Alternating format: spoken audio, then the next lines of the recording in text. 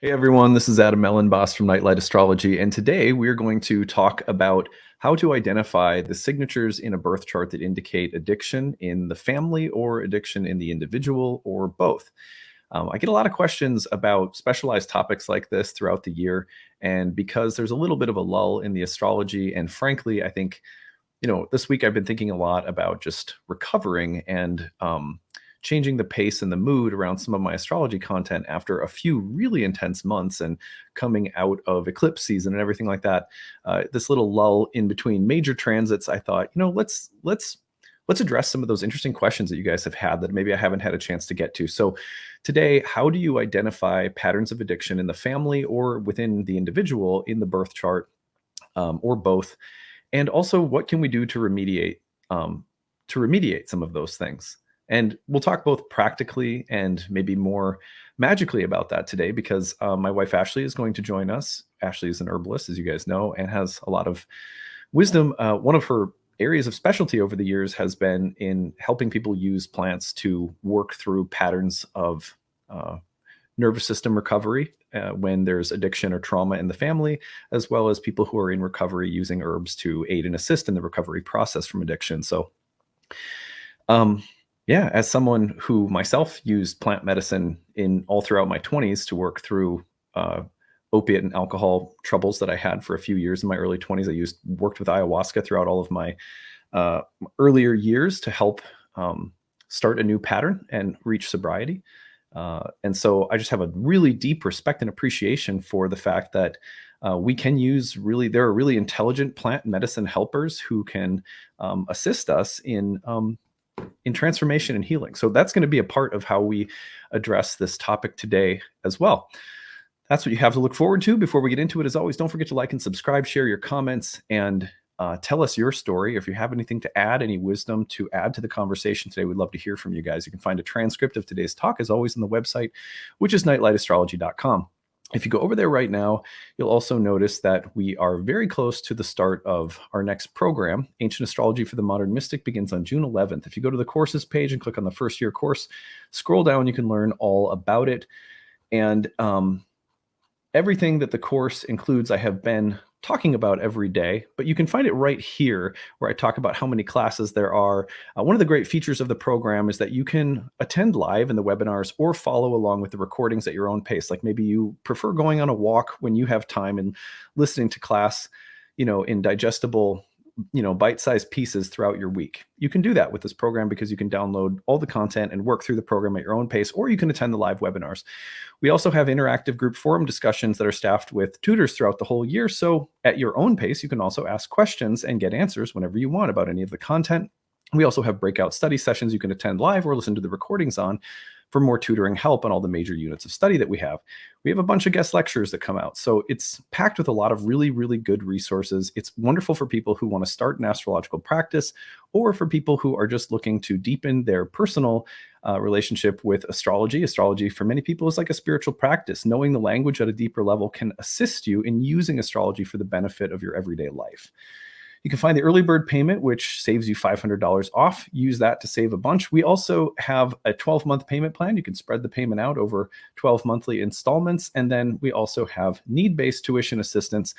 That is there for people who really want to take the program, but it's outside of your budget. And if you've done an honest assessment of your budget and the price point is beyond what you can reasonably afford, then please consider using that, because we have it there specifically so that nobody is priced out of getting an astrological education and learning more about a valuable spiritual subject.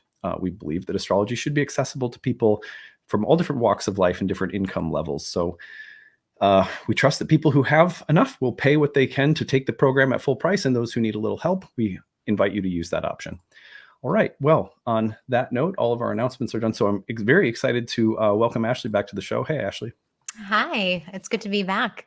Talk about herbs and astrology. I love these. I love these times together.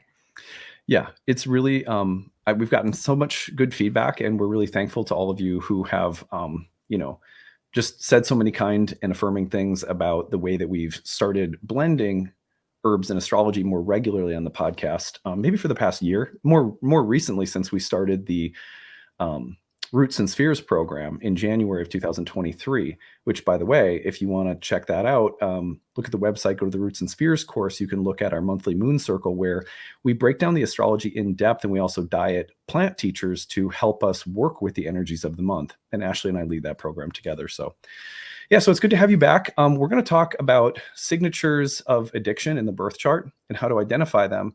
And then Ashley's going to help us by talking about different different plants and plant medicines that can help people who are working through the pattern of addiction, whether that's something you're working through because you grew up with it and it's in your family, or and your nervous system and the trauma maybe that you endured from that could use some help.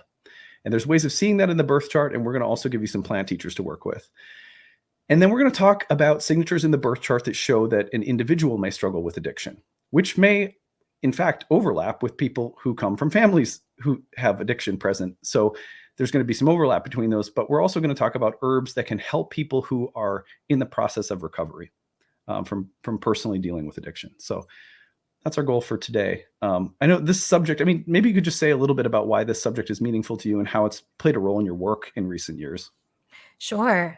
I mean, the subject hits close to home because I grew up in a family where there was addiction, active alcoholism. And so for me, I didn't realize as I started becoming an adult how that had impacted the way I thought, the way I processed information, the way that I responded emotionally to people, and even why I got into the work that I got into on some level. So this is a subject that I personally have a lot of connection with, and I've been in the Al-Anon program, which is for family members or friends of those who've struggled with alcohol, for about 3.5 years now. I'll be getting my 4-year little coin in June next month, which is pretty exciting. And I've just learned so much about recovery, and recovery, even if you yourself haven't had a period of addiction or something that you would consider to be notable addiction, that there's still a lot of patterns that if you've grown up in that environment, and even if it's distant, it could be a grandparent or a grand or great aunt or uncle. Sometimes we don't even see how it trickles down.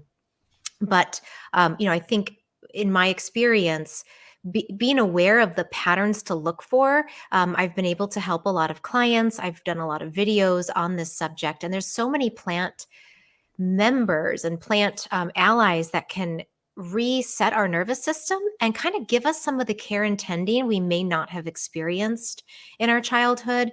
And then even in recovery itself, there are some really wonderful plants that can restore, you know, frayed nerves, even some of our pathways in our neurotransmitters that may have been damaged and have been wired in a way that we would like to unwire. So I'm excited to talk not only about what plants, but also the patterns behind the plants and like what the patterns are that the plants are specifically addressing. Right. I mean, one of the beautiful things about plant spirit medicine is that we're not just saying, well, these chemical properties, I mean, that's part of it, but it's also to say, this is the deeper signature or constellation of patterns that are somehow in the plant and that match or closely resemble or treat in some way, offer some kind of juxtaposition to the patterns that we see present in individuals and families who have addiction, active addiction, or in recovery from addiction.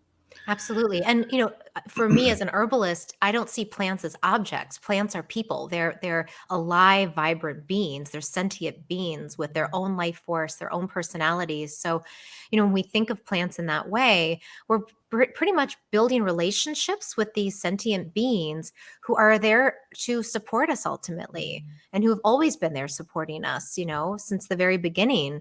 And yeah, so to me, it's like it's relationship based healing and not just object based remedies. Yeah, so really well put. Well, let's go ahead and get into it. We're going to start by talking about signatures. Oops, wrong one. Signatures of addiction in the family. So to start off, what I want to do is just talk about where and how you might see some of the patterns of addiction showing up in birth charts. Now, let me be very, very clear. Before we talk about something like this, it is really important to offer a few qualifiers.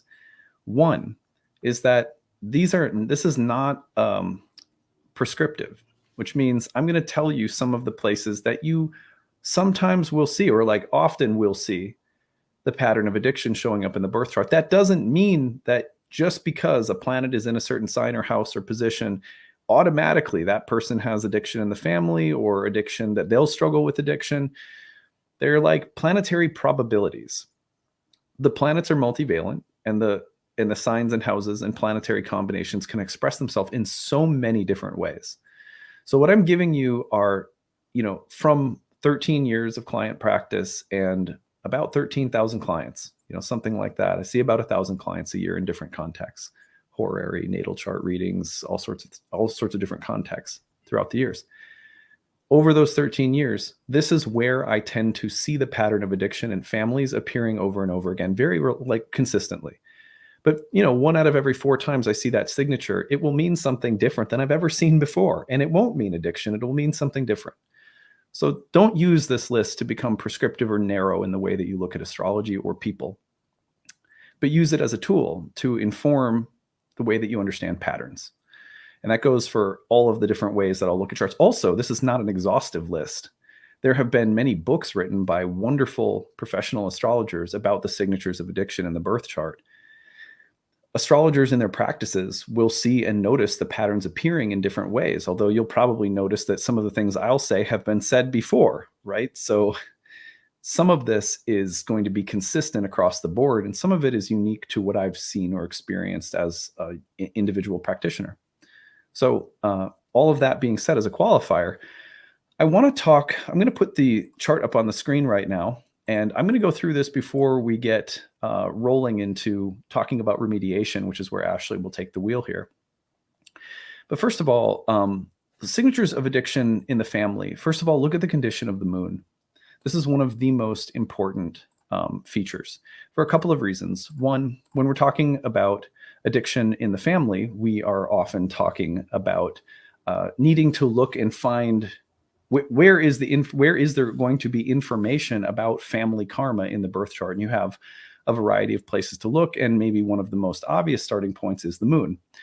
The moon will tell us not just about the family, but broadly speaking about the environment that the soul finds itself in within this lifetime, which can speak to marriage, it can speak to family, it can speak to mental, emotional, and physical environment of the body.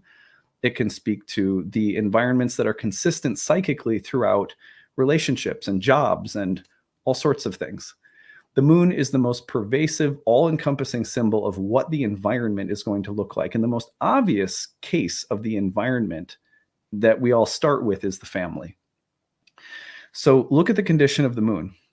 A few things in particular. If the moon is afflicted by malefics, if the moon, for example, right now as we're making this talk, I'll just put this in so you can see it's kind of fun. Here's the moon about to conjoin Uranus, so moon and Uranus can mean a lot of different things. One of the things it can mean is that the environment is not stable, right? That can be a symbol, a sign of addiction. The fact that we're talking about patterns of addiction and instability and how to remediate those things is literally being reflected in the planets as we make this talk. But you could have the moon in any variety of challenging positions. That could mean that the moon is in an opposition with Saturn. The moon is in a difficult house, like the 12th house, 6th house, or 8th house in particular. You could have the moon in a challenging sign like Capricorn or Scorpio, 2 places that it was traditionally debilitated. Remember, debilitation doesn't mean that there's nothing good about or salvageable about the moon. It just is often an indication that there'll be more challenges within that environment of the life. The moon in the 12th house, the moon in the 8th house, the moon in the 6th house, the moon afflicted by malefics, the moon co-present with other difficult or debilitated planets. So those are all things to watch for, and you will often find that the pattern of addiction in the chart begins and ends with the condition of the moon. It's a telltale sign of challenges in the environment, and one of the most pervasive challenges that we see in environments, in families, unfortunately, is addiction. It's one of the major dysfunctions that, like, I would say, I don't know, if I had to quantify it, people who come in to talk about family trauma, 50% of my clients, at least, of those clients, how many of them talk about addiction in the family as at the root of various abuses, 60 to 70%, if I had to guess. So it's very pervasive, and it often boils down to the condition of the moon. Number 2 will be look at the 4th house and the 4th house ruler. So let's just give you an example here.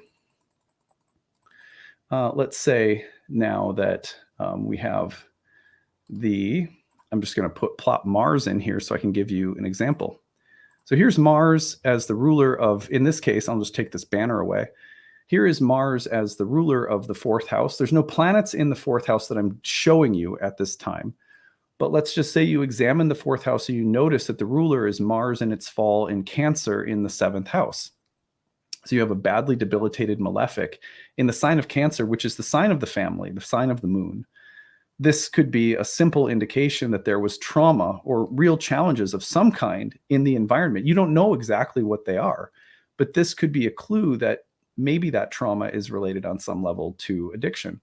For example, I've seen many charts with this exact configuration where there's abuse in the marital relationship, and that stands out in the person's experience. But when you ask them, where did that abuse come from? It's because dad was an alcoholic. It's something like that. So at any rate, and so look at the 4th house, look at its ruler. That's another simple place to start. Debilitated planets in the 4th house, malefics in the 4th house, the ruler of the 4th in a challenging position will often be a telltale sign of trauma in the family. And again, you got a pretty high percentage of that trauma coming from addiction. Look at planets in the 12th house. It's another area. The 12th house was called Malus Daimon, which means the evil spirit. And it's often a place of the places within us that get repressed or that get suppressed by others, the places that and things that undermine us, the places where we feel isolated, alone, or abandoned or neglected. A lot of those kinds of patterns will come and express themselves in the 12th house when people have grown up in a family where there's addiction.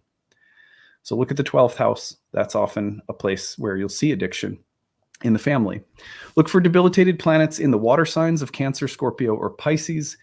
Water signs tend to be about bonding. When you have debilitated planets in signs that have to do with bonding, you will often see issues of codependency. One of the main ways that can express itself is through addiction. So debilitated planets in water signs in particular, that could be a debilitated planet, could also just be a malefic. For example, we have Saturn in Pisces right now.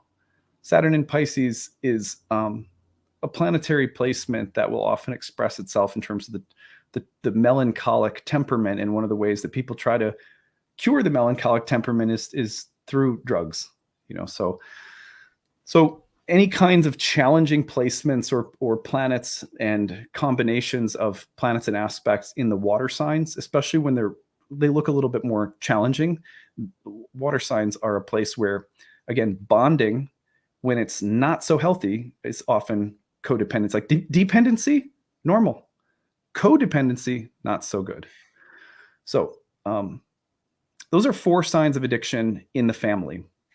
What I want to do next is just let's go and break this up a little bit, and let's talk about 2 helpers now that can, if you're working through patterns of addiction in the family, but let's say you're not necessarily in recovery yourself, but you grew up with something like that. What are the plants that can help us, and why are they a good fit?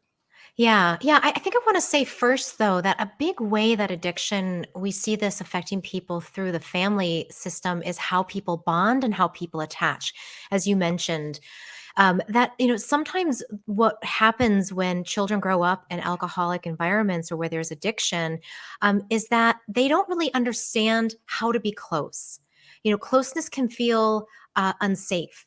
And so the way that a child learns to bond to others can be really affected by addiction in the house. Sometimes they can become overly independent. They kind of shut their emotional bodies down. And because it's just not safe to feel emotions, or their emotions weren't validated. So they shut down and they just, they kind of grow up too quickly, right? And they become too independent. And then as adults, they have a hard time with closeness and being attached to to people that they are friends with, or partners or lovers, then they may also perceive love as a threat to their safety. And I think safety is a big thing. And this is where the herbs can really help, which is, if a person doesn't feel safe, if they grew up not feeling like they were in a safe environment and they couldn't trust their caretakers, they may also not really trust themselves. And there might be just a lot of heightened anxiety that develops in childhood that goes on to adulthood. Their nervous systems tend to be in a more upregulated state. So they're kind of always looking out for danger, like, when's the other shoe going to drop, right? And that can create a very a very heightened nervous system state that goes into adulthood. And they may deal with this with nervous energy where they have to stay busy. It's like there's a lull. Oh gosh, let me fill it up. Because if it's unsafe, there's this fear. If I get too still, if I get too quiet, all that stuff will come up and I don't know how to deal with it. On the other side of busyness can be that low self-esteem, where a person grows up where maybe there was a lot of verbal abuse and they just don't feel confident in themselves. And as a result, they kind of shy away from responsibility. They might not fully mature or develop because of this sense of them not being worthy or not being smart enough or good enough or likable enough, because they didn't receive that validation from a parent. And so these are the types of patterns that can then really affect a person as they're going out in the world trying to make close and healthy attachments. So the two herbs that I chose, the first one is chamomile. And chamomile has been such a wonderful ally, not only in my own life, but for so many people that I've worked with and students over the years. Chamomile, the Latin name is matricaria, and matra is the mother, and caria is care of. So care of the mother. And this plant, one of the things that's really cool about this plant is that the more it's trampled, the stronger it grows. And so it's a plant of great resilience, and the long, thin leaves almost look like branches of the nervous system and the nerves. And so it's a great nervine. It really helps calm down the nervous system. So for the hypervigilant type, who's hyper independent, maybe they carry a lot of tension in their stomach. They get like nervous stomach, or they have IBS, or different gut imbalances, or gut diseases even. Chamomile soothes the digestive system, it soothes the nervous system. And as the mothering herb, it's just a great one. And it's so easy to find all over the world. You can find chamomile in a tea bag at restaurants. You can order it at an airport. You can order it. So it's everywhere. And so I think this is the first ally I would recommend people who have that sort of heightened, hypervigilant nervous system reach for if there's anxiety, is when you start to feel like I'm getting overwhelmed, I'm getting angry, or I'm getting frustrated or agitated, or anxious. Brew yourself a cup of chamomile tea, and that is just, it will quickly settle your nervous system and mother you in the way that maybe you weren't mothered. And this, maybe your mother wasn't the drinker, but even if your mother wasn't the drinker, she was affected by the disease of alcoholism. And so, a lot of times that lack of that mothering influence, we never learned how to self-regulate our nervous system. So that's the first herb. And then the second one is motherwort. And motherwort, the Latin name is Leonoris cardiaca, and Leonoris is the name Leo, or is named after the sign of Leo, or the lion, and cardiaca is the heart, or the cardiac system. So it's the lion-hearted herb. And I think for people who tend to go more in the direction of low self-esteem, especially where they kind of have poor posture, is one of the indications I look for with clients. The shoulders are rounded forward. And when the shoulders round forward, it shuts down the heart. It's often a unconscious way that a person protects their heart, is they slouch, they round, they make themselves smaller than they are. And so what Leonoris does, it actually can help with physical posture. So, it can help with scoliosis and kyphosis and lordosis, all of the different ways that the spine can curve itself, sometimes as a protective defense, to open itself up. And it has this tall, straight stem with prickles on it, showing that it can help with healthy boundaries. And it's good for heart palpitations. So if that low self-esteem and that crowded in feeling leads to anxiety that's more in the heart and less in the gut, then motherwort is a really, really good herb. Um, and yeah, I think this one works best, I think, as a tincture, mostly because of the taste. It is super uber bitter. So you could make a tea, but you'll need lots of honey to combat it. So I like it as a tincture, and it can be one that you take maybe 3 to 5 drops a few times a day. And if even better, if you can grow the plant, it grows pretty. Here in Minnesota, it's all along. It's a weed. It grows everywhere. But if you can even grow it in your garden or in a pot, it's a really nice one to watch it grow and to see. Yeah, to watch how it grows full and bright and tall and straight. And motherwort, it has that name for a similar reason, and that it's a very nurturing plant. It's really it has that mothering quality like chamomile, but in a Mm. different pattern.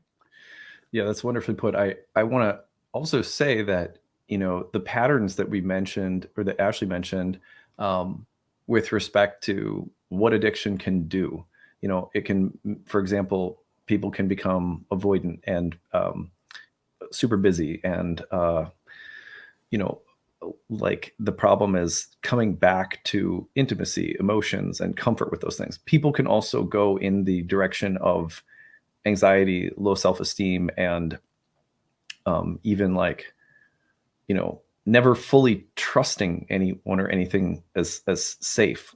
There's a whole interesting realm of attachment theories that I've learned a little about lately. Like there's anxious attachment style, there's avoidant attachment styles, and they often attract one another too. So it's really interesting how this like web of family trauma can create different compatible but sort of equally messed up bonding patterns that have the potential to learn from one another, but can also, lead to just more hurt.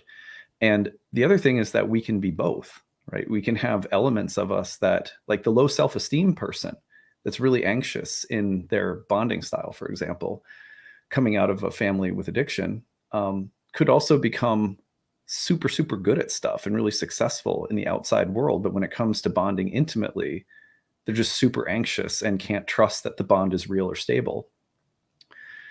So it's like, and Mhm. so there can be pieces of us that stay super busy and overcompensate and become very individually successful while also being really anxious. And then sometimes it's flipped.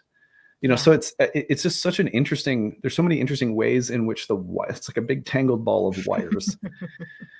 And what I love about these herbs, as far as I understand, is that um, if you're coming out of a family where you grew up with these patterns, you may think, I think of this myself, like my grandfather was an alcoholic, and it had a huge impact on my father, which then had an impact on me and the rest of my family.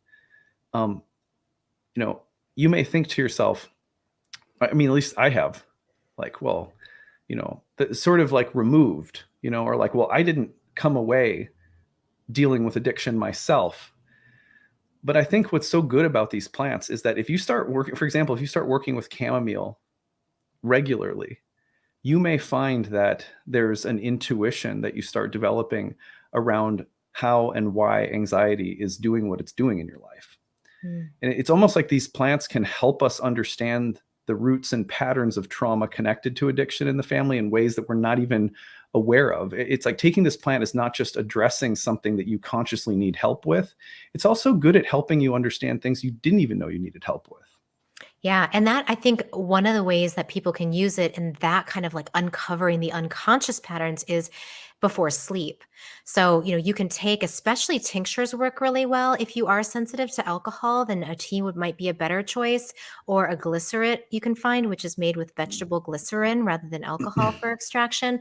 But taking it before bed and then asking the plant, show me something, help me with this. Right. That's a great way to initiate a conversation with the herbs, and they respond. It's pretty amazing.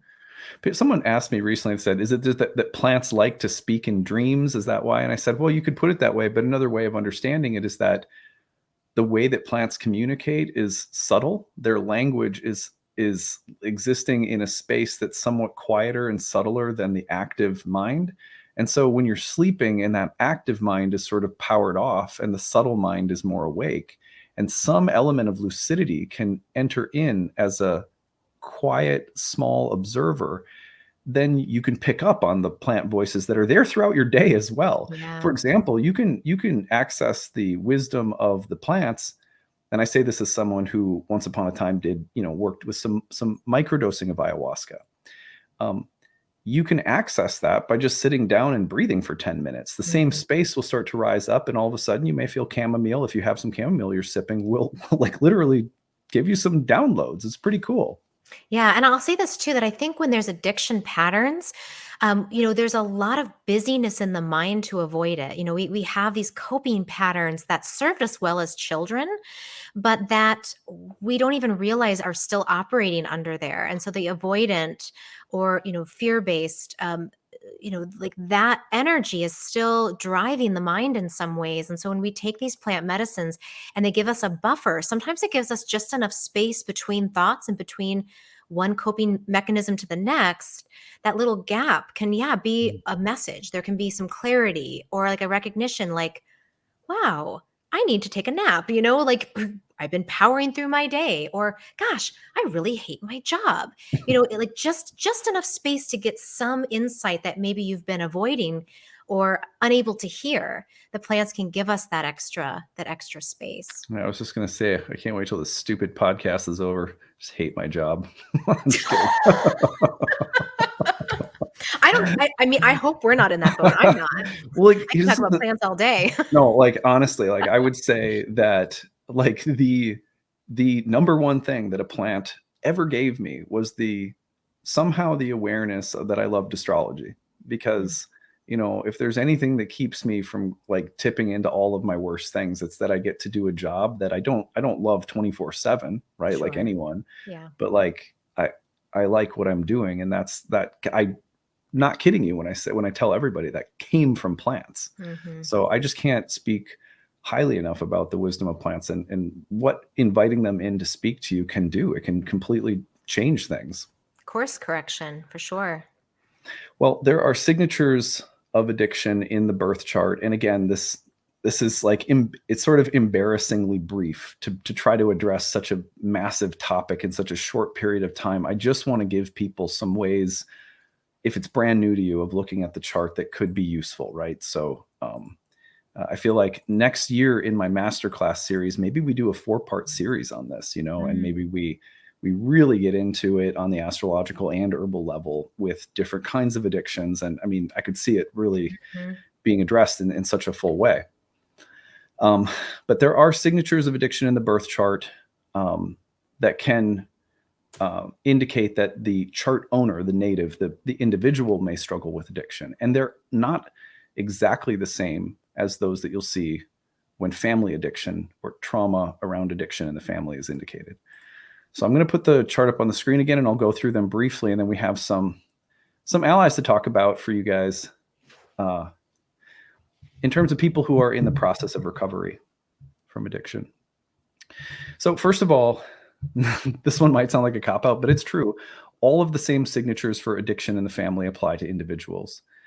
Because it's a family pattern, anytime, for example, the moon is indicated and implicated in you're seeing that pattern of addiction, I'll always ask my clients, after they, I say, well, it looks like there was some real trauma in the family. Was addiction, abuse, like what was going on?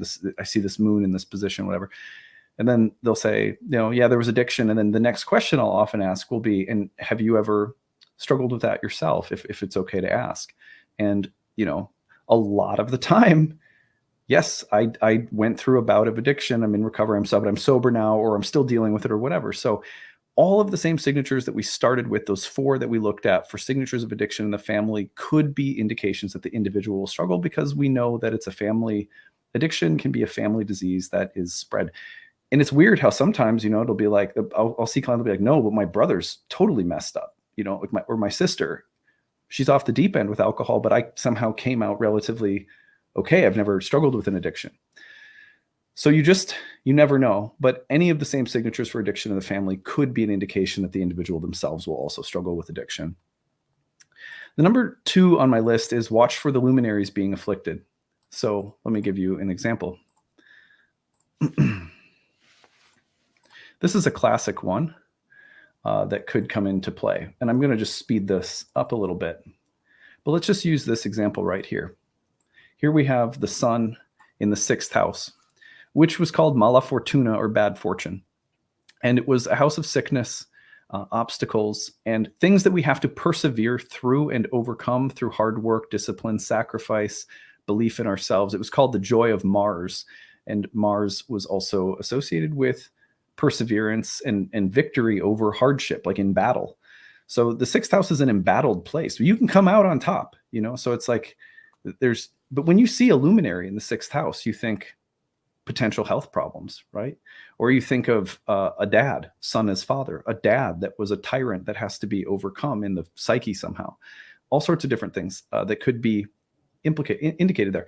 Sun in the 6th house I've seen in athletes' charts. So, you just never know. Sun in the 6th house, sacrifice on behalf of things that are bigger than ourselves. It's a very diverse place. But if you see the sun in the 6th, and then you see it square to Saturn in the 3rd house. Remember, the 3rd house is called Dia, or goddess. It was the house of the moon. And it indicates what's in the environment. So you have a melancholic Saturn in a water sign in the 3rd house, the joy of the moon, squaring the sun in the 6th. I have literally seen this signature in dozens, this exact signature in dozens of charts where there's active addiction in the family, often through the father with the son. But it could be drug abuse in the individual and alcoholism on the part of the individual. This is one simple example, but there are many, many other examples where if the sun or moon are being afflicted by house, by aspect to, malefics and so forth, that you'll often see a person dealing with, sometimes it's health problems, but one of the major forms of health, one of the major health problems that shows up again and again when the luminaries are afflicted is addiction. And so that's just something to be aware of, that if the luminaries are afflicted, start with the idea that health, vitality, and the life force itself could be hindered or challenged in some way. That's broad. More narrowly, one of the major expressions of that affliction can be addiction. So luminaries being afflicted is number 2. Number 3 would be 1st house challenges. Let's rotate this around a little bit. Let's say that you have something like this. We'll just take out the sun, but we'll leave Saturn in the 1st house. It could be Mars in the 1st house, could be Pluto or Neptune or any kind of planet that can present a major challenge for the house that was associated not only with character, psychology, but also vitality and health. So anything that afflicts the health is going to potentially show up in the 1st house. The 1st house ruler being afflicted, planets in the 1st house that are afflicting. Those are the kinds of signatures that you'll see when people have major health challenges or mental, emotional health challenges. And one of the major forms of health challenge can be addiction. So it's like most of the time, archetypally speaking, you're starting with a broad set of parameters. And you're saying, if this exists, then beneath that tree of possibilities for the signature of ill health could be addiction. And then you usually get more narrow based on the context. If it's an afflicted moon, if it's an afflicted planet in a water sign, again, for example, often issues with dependency, attachment problems, stuff like that. So you narrow in from there, but 1st house challenges. Number 4 would be 5th house or Venus related challenges. Let me back this up a little bit and let's just imagine that you have this. This is Saturn in the 5th. The 5th house was called the house of good fortune, and it was called the joy of Venus. But it's also the house of pleasure. And broadly speaking, you could call it the house of the pleasure body. Romance, sex, pleasure, child procreation and pregnancy, but also joy and creative fulfillment. That's the 5th house. If you have afflicted planets in the 5th house, Uranus, for example, or Saturn or Neptune or a dinged up Venus or something like that, the potential is that pleasure is complicated for you. That doesn't mean it can't ever be a healthy thing, but that might be where the healing work lies. And for some people, that's going to mean I go to extremes. Maybe, and again, maybe it's because you grew up in a family that had extremes present around pleasure or sexuality. But one of the ways that fifth house challenges can express themselves would be addiction. So look at the fifth house, its ruler, planets in the fifth for potential issues around addiction. And then finally, 12th house, sixth house afflictions or angular malefics. So anytime that a malefic planet, let's take a look, for example, at Mars. I'm going to place Mars in this chart. This is Mars in Leo in the 10th house. You might not think Mars in Leo in the 10th house would have anything to do with addiction. The reason that this could be a signifier of addiction is because, broadly speaking, when you have a malefic in an angular places were called krematistikos by the Greeks, which means loud. So, and like active. And it has those places have the power to speak oracularly, sort of louder than other things in the chart. When you have Mars and Leo in the 10th house, for example, you could be someone who kicks ass and takes names. A lot of people, if you remember the show Mad Men, think of all those people in the 50s, 40s who were kicking ass and taking names and drinking like fish all day long. Yeah. Sometimes the fuel that people burn to be successful is compulsive, and addiction will lie behind an angular Mars. So you have to look at angular malefics as empowered and potentially doing things that are strong. Maybe they're getting results, but maybe they're really dysfunctional at the same time in some way. And then 12th house, 6th house afflictions typically show up as places of ill health, disease, sickness, and addiction. So if you have in the 12th or 6th, if you see planets in those places, they could be signs of addiction in the individual. All right, well, I finished my piece here, and I'm going to stop sharing the screen. I want to turn it over to Ashley again, because we want to talk about two helpers for patterns of addiction. Let's go down. Two helpers for patterns of addiction in the individual who is in recovery. The reason we qualify it like this, just briefly, is that we're not giving advice to people like, take this herb and you'll get unaddicted. It's like, Right. Yeah. That's some pretty deep digging that we need. And we often need a 12-step program. We need a sponsor. We need, we need therapy. We need to have taken some initiative to really address the disease of addiction. Once we have that and we're on the path of recovery, whatever that looks like for each person, these are helpers that can be like great allies for that process. Mm-hmm. Yeah. Yeah. And I think, you can't do this. It takes a village, I think, to really support people through addiction. It's really hard for people to do it on their own. There's this beautiful story that my teacher Rukmini says of this little town, this little village in Africa. And when someone is showing signs of addiction or has done a violent act, everyone in the village comes around and encircles that person. And they all say, "What have we done to fail you? How have we failed you?" And they all take it as personal. Like, I have somehow failed you. How can we help heal you? What can I do to make it up? And I think sometimes, while not always an intervention, it might not always take an actual intervention.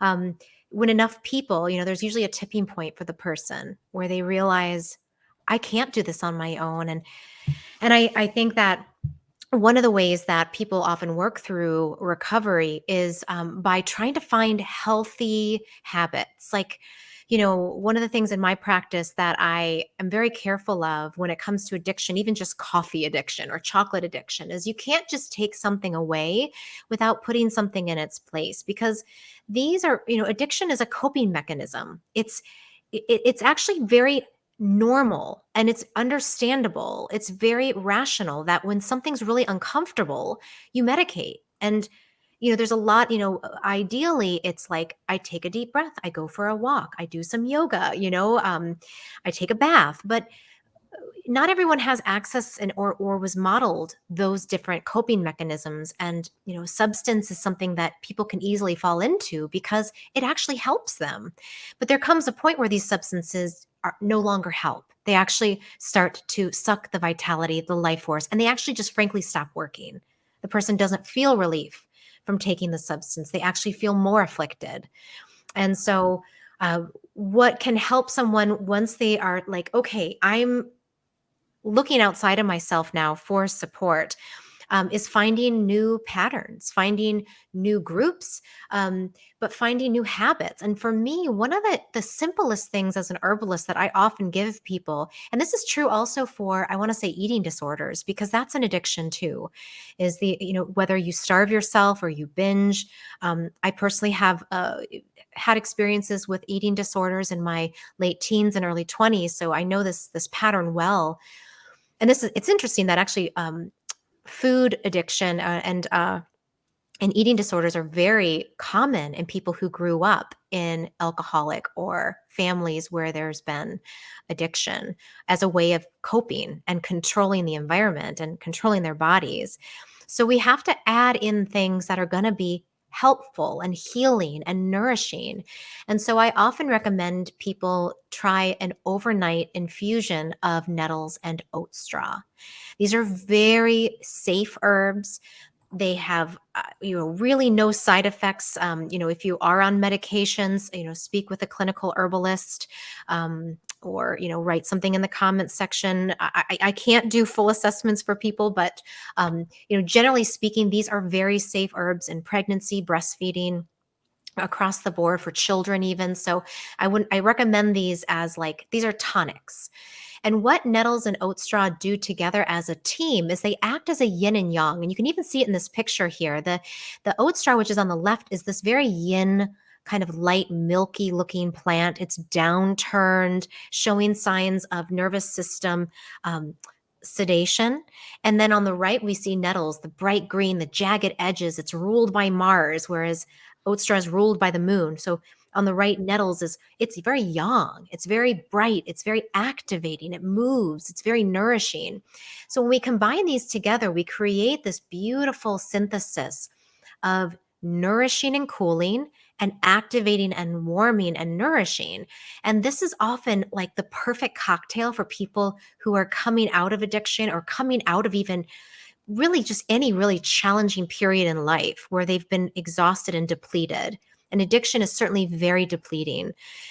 And so if what I recommend people do is they take about half a cup of each herb into a quart-sized mason jar, which is like, a large pickle jar.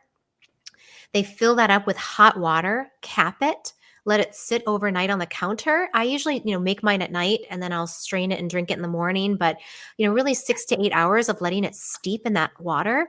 Then you strain it in the morning and then you drink it throughout the day. You can stick it in a water bottle. I like to just pour mine into another glass mason jar and then just sip on that throughout the day. And, I think one of the things that's so nice about this is that it's a ritual. It's a ritual that you do for yourself. So at night, you make it, you let the heavenly planets imbue it with its own, starlight power. And then in the morning, you take responsibility of this thing that you made, you pour it out, and then you drink it. And there's something I think about that process that can be very transformative, and very, very healing to the nervous system. Yeah, I'll say, as someone who has drank this many times, that Ashley makes it often, and like lots of other infusions over the years, but it is, I don't know how to explain it. I feel like my experience of it anyway, it feels like it's sort of like it makes you feel calm and confident at the same time. Yes. Yeah. Yeah. It's like you're okay, relax, and then here's a little broom to swat your butt. So you start doing the things that you should be doing. Yeah. It's like a Yeah. little bit of both. Like for example, I've been doing spring cleaning. I haven't been drinking this. I probably should have. You drink this and you're going to tackle that project. Like for me, it's like, okay, I've got to clean and organize the garage. It's springtime. Okay, I'm going to do that, but I'm going to do that in a way that's not sort of manic, obsessed, urgent, freaking out, angry. But I'm also not going to do it with any lack of energy or lethargy or tiredness or feeling overwhelmed or sapped by it. Yeah, exactly. And I think for people, why I like to blend this together is because it's harmonizing. It's gonna work for both that more anxious type and also for the more melancholic type coming out Right. of these patterns. Yeah, it's really like for someone who, like active addiction for me is my early 20s. It's a long time ago. But even now, the patterns, some of the subtle patterns of anxiety, of control, those things are you're always working with those things, in my opinion. If you've had addiction in your life, you're maybe the volume's down on some days, maybe it's way up on other days. But when that volume starts getting cranked up, this is a great combination. Yes.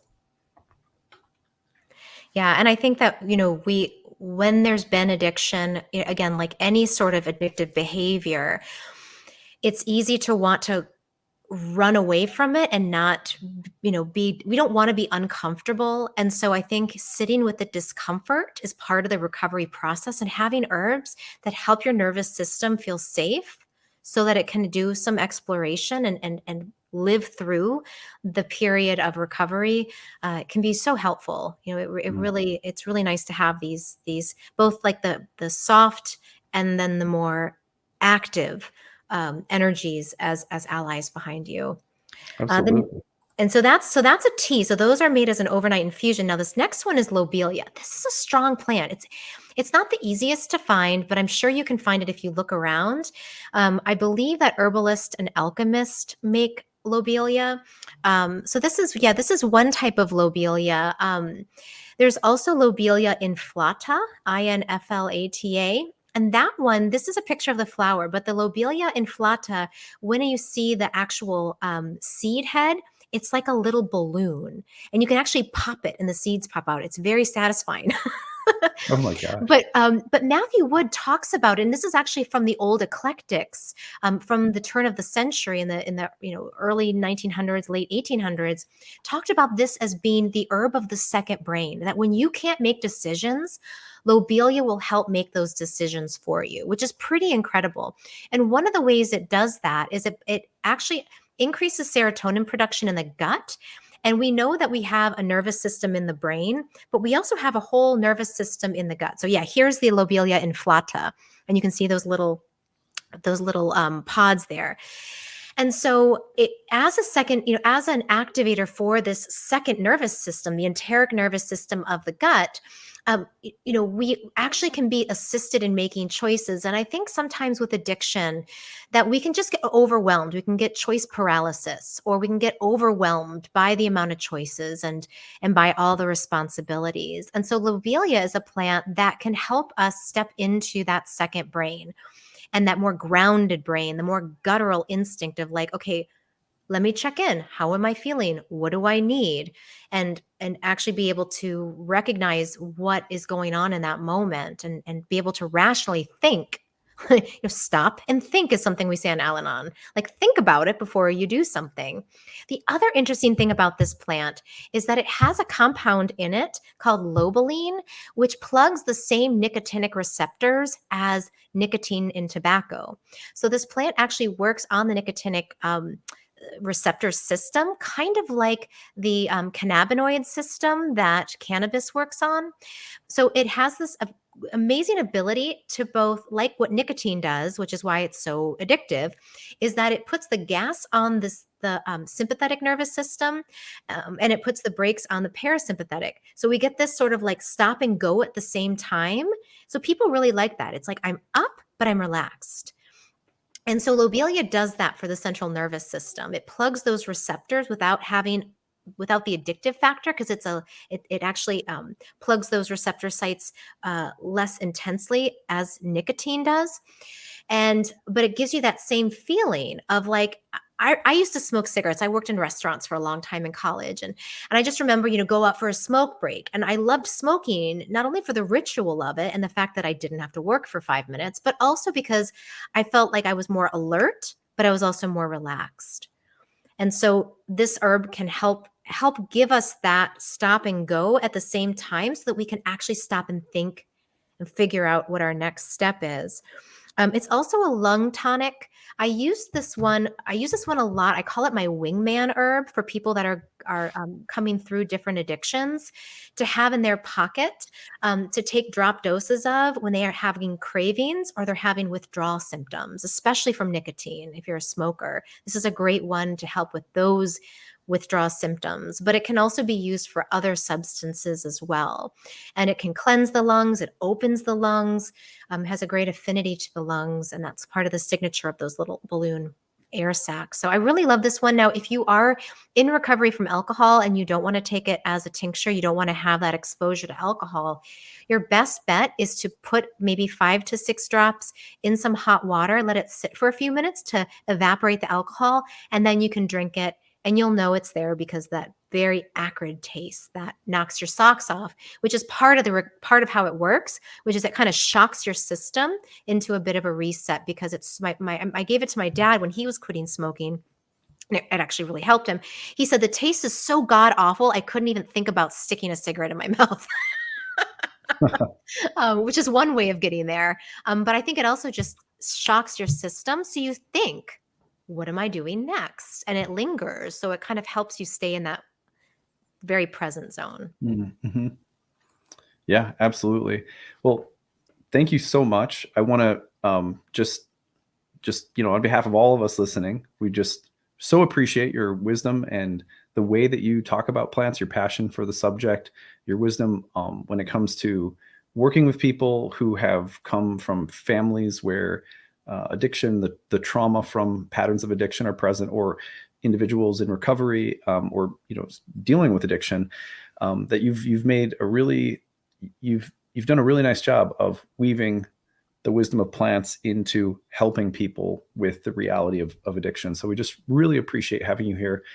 I also want to mention, just on an astrological level, you hear these signatures in birth charts and you can think to yourself, am I just doomed? If you see these signatures in the chart, and again, they're not prescriptions. They're just patterns that will often indicate things, but not always. The other thing to remember is that life from the astrological perspective is like a 3D moving chessboard. There's parameters, there's rules, there's a field of karma, and we have a destiny of sorts and outlines, shapes of patterns that we will encounter. But there's so much free will and choice and creative potential within each of us. How will we meet these challenges? What meaning will we make from them? How will we transform? How will we heal? So in hearing these patterns, in ways of identifying patterns, I don't want people to think that you are a prisoner of some kind of bad lot in life. Both Ashley and I, as people who have done a lot of work on ourselves, and we really believe in the potential to transform ourselves, and everyone has that same potential. And so we hope that this would be interesting for people who've been asking questions to me about how you can identify patterns of addiction in families or individuals in the birth chart, but also you would leave here feeling empowered that your choices matter, your choice to live a different reality, the courage to ask for help, and knowing that there are plants out there who you can literally work with to help ease yourself along the way. We hope that that's what you've heard today. Thank you again, Ashley, just so much for being here. Oh, it's such a pleasure. I mean, this is a subject that is just so close to me. And I think the more people that hear this and that, find allies that they can work with, the better off we'll be as a planetary community. Mm-hmm. Yeah. Plants, I think, one of the things that I realized when we were in the Amazon was that, plants are in many ways like elders on the planet. And I just love how you always bring that perspective, whether we're gardening, which I'm learning more about, actively getting involved in the community garden. We'll try to maybe post some pictures on the community board for you guys to see of that. But you embody that love and respect for the plant wisdom. So thanks again for being here. Thank you everybody for listening. We appreciate all of you. And please don't forget to like and subscribe and share your own reflections and comments. We'd love to hear from you guys. If you want to find a transcript of today's talk, it's on the website, nightlightastrology.com. Any questions about the upcoming programs or anything else we're offering, email us. It's info@nightlightastrology.com. That's it for today. Thanks, everyone.